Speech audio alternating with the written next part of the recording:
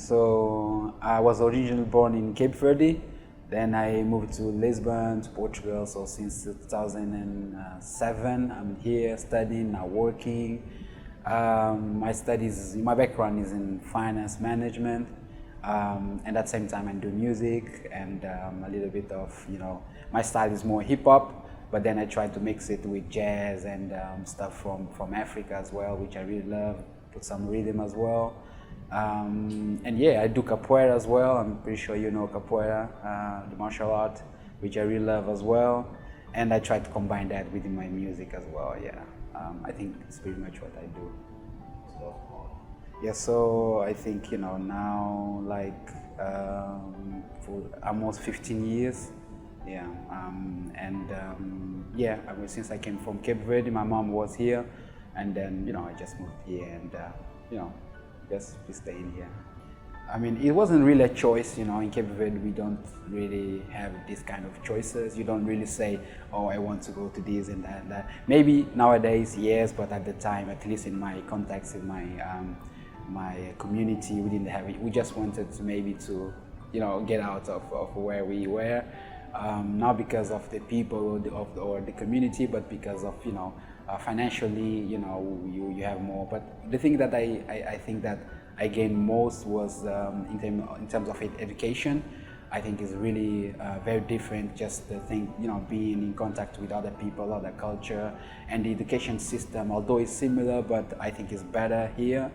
And yeah, so when I came here, I started really liking it.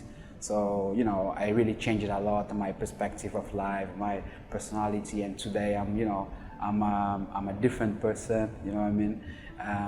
And that was really great for me. Of course, I lost a lot as well, but at the same time, I gained a lot in terms of education, yeah. So I would say education is the thing that I like the most, for being here.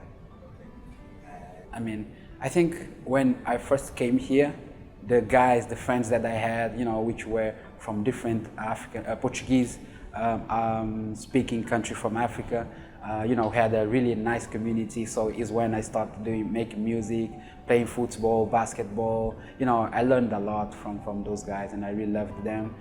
Today I'm in contact with a few of them, but a lot of them are in different stuff. But that's a very nice memory that I always have. And every time I meet a few of them, we are always doing, hey, you remember this and that and that. So that's very cool, yeah. It's difficult to pick one, but that's actually something that I really love, yeah.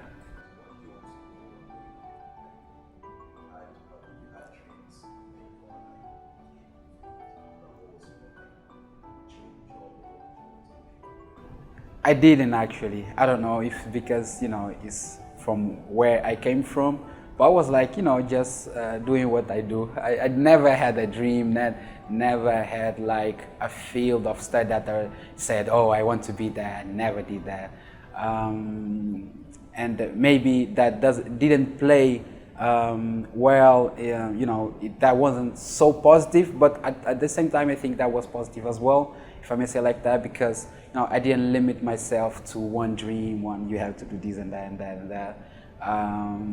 Yeah, I just did my stuff. I didn't have a dream actually. Yeah, one thing I had always was to be able to back my mom, because she was a single mom working for herself or like that. I was like, oh, I have to really work to support her someday. But I never thought I want to be this and that. You know what I mean? Yeah, man, it was a funny story, when I finished my secondary school, I was like, oh, what I'm going to do? You have to choose something, right? And I was good at the time at mathematics, and I was like, no, I wasn't, brilliant, but I was good. So my teacher was like, here, you should follow some paths regarding that. And then another teacher told me, oh, you're from Cape Verde, and tourism is a very active thing there, so you should maybe go to management and manage hotels and stuff like that. I was like, oh, that's maybe a nice idea. So I chose management, and it was a wise decision now, seeing, because management gives you a broad fields that you can then follow. And in that regard, it was cool. And then within management, I had, you know, accounting and different stuff, but finance and specifically project valuation and project finance, stuff like that, was the thing that I most liked. So I said, okay, let's maybe try it and go for the master's in finance. And yeah, that's why I started working as well in banking, and you know, that's why I'm in finance now.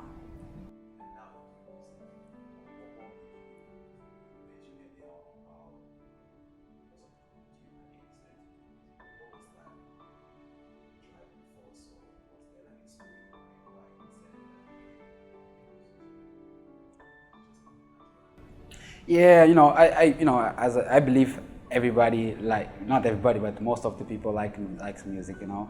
And I was one of the people, you know. I was always, one thing I had always was I had these Discman and stuff like that before. Then my MP3 and stuff, I had this always. And in Cape Verde, I didn't have computer, you know. So I used to pay for people to put me music on my MP3. It was really fun. And you know, I always loved music. And when I came here, I met a friend. He was a rapper, singer, and you know, he was a friend of mine. I was like, oh man, you do music? I was like, but I never thought I could do music, you know what I mean? So I was like, oh yeah, how do you do it and stuff like that? And he had FL Studio, I'm pretty sure you know. And I was like, yeah, I'll download it as well. So I started with my computer keyboard and stuff like that, doing music. And that's why and I really started loving it. You know, I wasn't really aiming at being a musician and stuff like that. Just the fact that I was doing music in my room and stuff like that was really fun. Today is still fun, and that's why I kept doing it.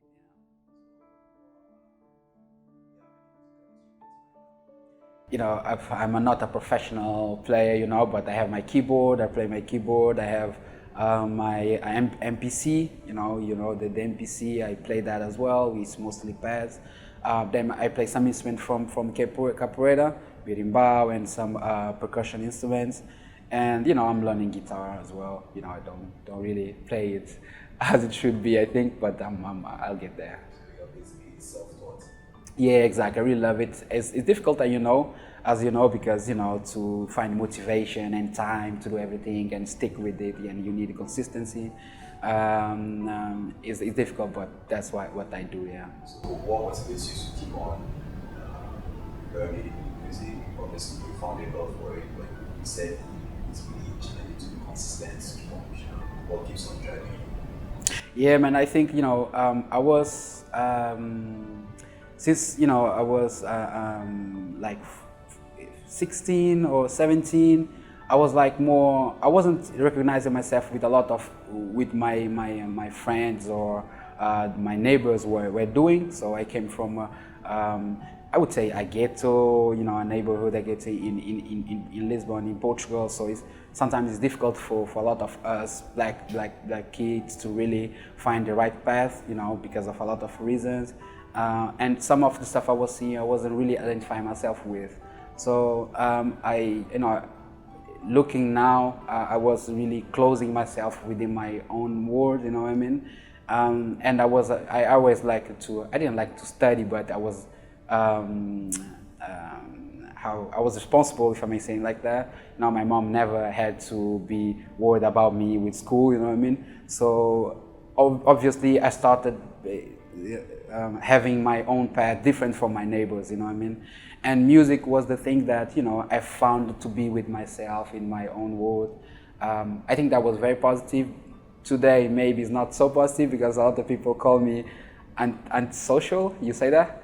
Yeah. So because I really developed that thing that when I'm with myself doing my music is where I'm really meditating. That's why I called my last album meditation. It's just a kind of meditation to me. And yeah, and it's something that I really know that is good for my health, and that's why I keep doing it. And I would love to learn more, but of course, I have other stuff to do as well. You have to make money in your life and stuff like that, so you don't have time for everything. But as much as I can.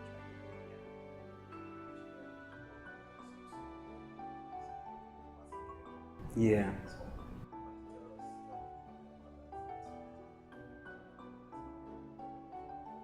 Yeah, man. I mean, it's been a learning path, But but I'm always a naive person, so that plays some role as well. But when I came to Portugal, I never thought about color and race and stuff like that. Never did that. Always, when I used to see the Olympics in the TV, I was like, oh, there's the people from Nigeria and stuff like that. I'm always, yeah. But I never thought, like, also because in our school system, I think in Cape Verde we do a very poor job in teaching, our past, our history and stuff like that. So in my case, I wasn't really aware of all the dynamics of race and our history, colonialism and stuff like that.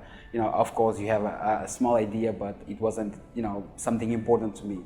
But as soon as I came here, it was like a shock for me. It was like, I started to understand that I was different, you know what I mean? And it was very clear in the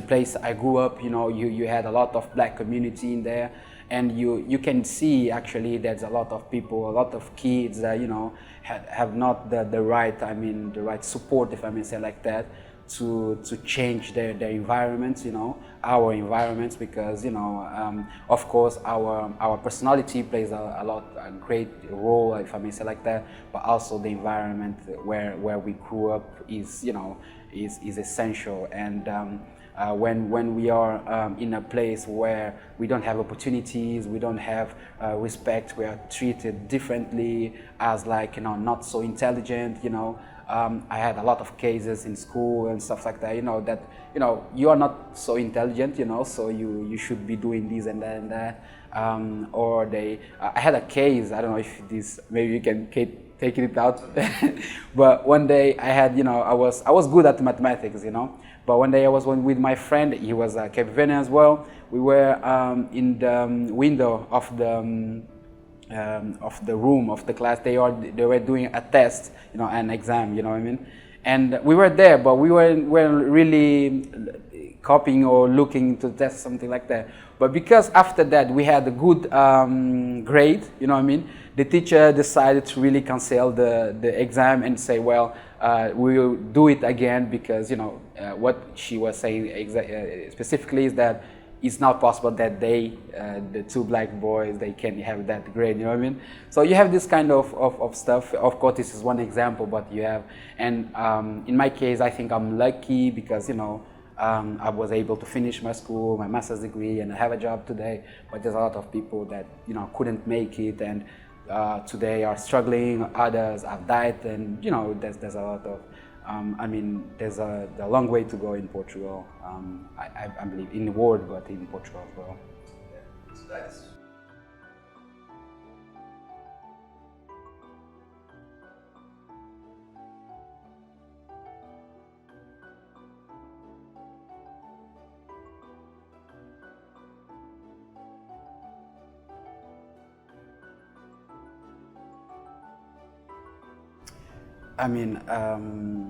of course, everybody has this right to believe in whatever they have to believe. But I think something that's clear is that that exists. Even if you look at the people that a lot of black people or immigrants that are really out of society, if I may say like that, with poor education, with not so bad paying jobs, you know what I mean? If you look at that per se, you will see that there's something not going well, you know what I mean, out there.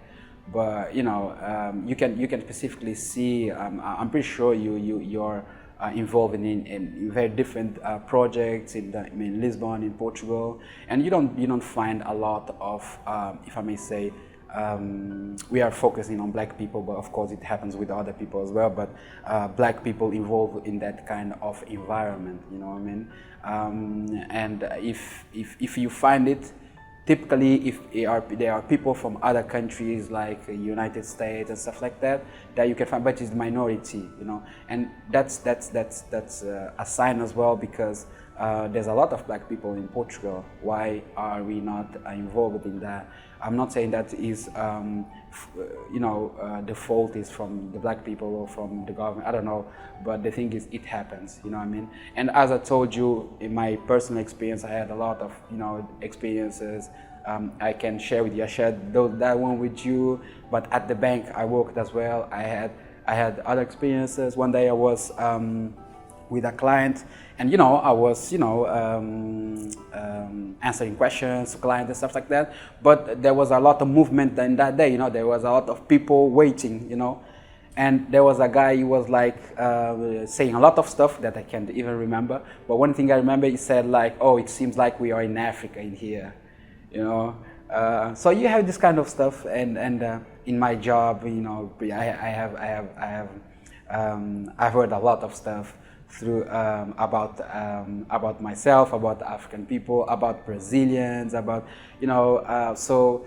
of course, this is my experience, my personal experience, but I'm pretty sure you talk with a lot of people, they will share their experience as well. And as you can see, the problem is not this kind of stuff specifically, but as you see in the structure in itself, in terms of employment opportunities, business opportunities, wealth and stuff like that, you don't find black people. So that's a clear sign for me, at least.